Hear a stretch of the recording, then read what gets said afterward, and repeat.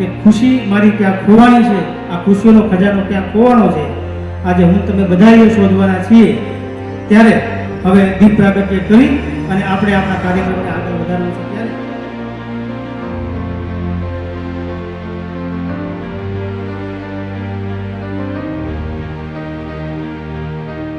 જે પણ દાતાભાઈ ઉપસ્થિત છે બધાના નામ નહીં લઉં એટલે સમયની બહુ એટલે નવા અને જૂના જેટલા પણ સ્પોન્સરો ઉપસ્થિત છે, જયંતિભાઈ છે, એ બધાને વિનંતી કરીશ, પ્રાગજી કાકા તમે પણ આવો।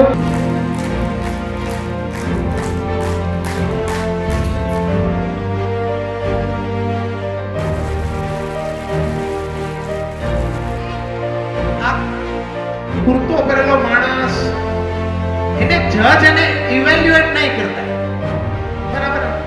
આવું બોલે છે એટલે આવો ગણાય, આમ હલે છે એટલે આમ ગણાય, એની જગ્યાએ મને જેવો છે એવો સ્વીકારી લેજો। બાર જ્યોતિર્લિંગના દર્શન કરવાની ઈચ્છા છે।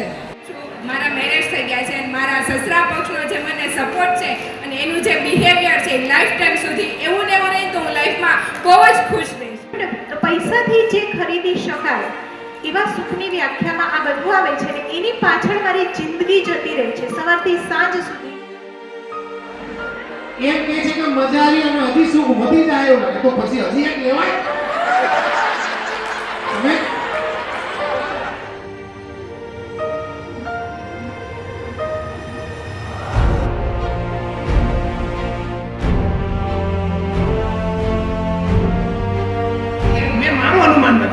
એ વ્યક્તિએ પોતાની રીતે જે કામ કર્યું હશે, એ પ્રિન્સિપાલ પોતાની રીતે એટલા સક્ષમ હોય કે પોતાની રીતે એવોર્ડ નક્કી કર્યો હશે, રાઈટ? એના બીજા બી કારણ હશે, કદાચ એને વધારે જરૂર હશે, કદાચ બિચારો થોડોક છે ને ડિપ્રેશનમાં હશે તો એને એવોર્ડ મળી જાય તો કદાચ વધારે ખુશ થાય।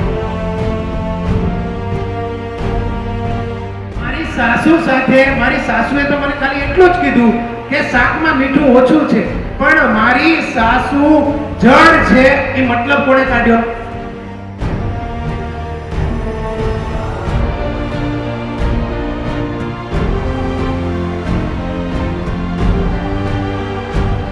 બધા જ લોકોના જીવનમાં દરેક લોકો અલગ અલગ રીતે વર્તન કરતા, એમનું વર્તન મારા હાથમાં છે?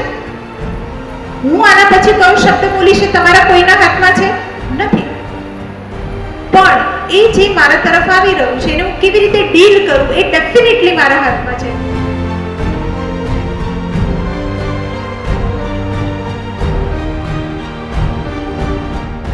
હંમેશ મોજમાં જ રહેવું ને ખુશીમાં જ રહેવાનું। એ મોજ અને ખુશીની વ્યાખ્યા તમારા માટે શું છે? કોઈ પણ ઘટના બને એ ઘટનાને પોઝિટિવ વિચારમાં લઈ લ્યો એટલે તમે દુઃખી નહીં થાઓ।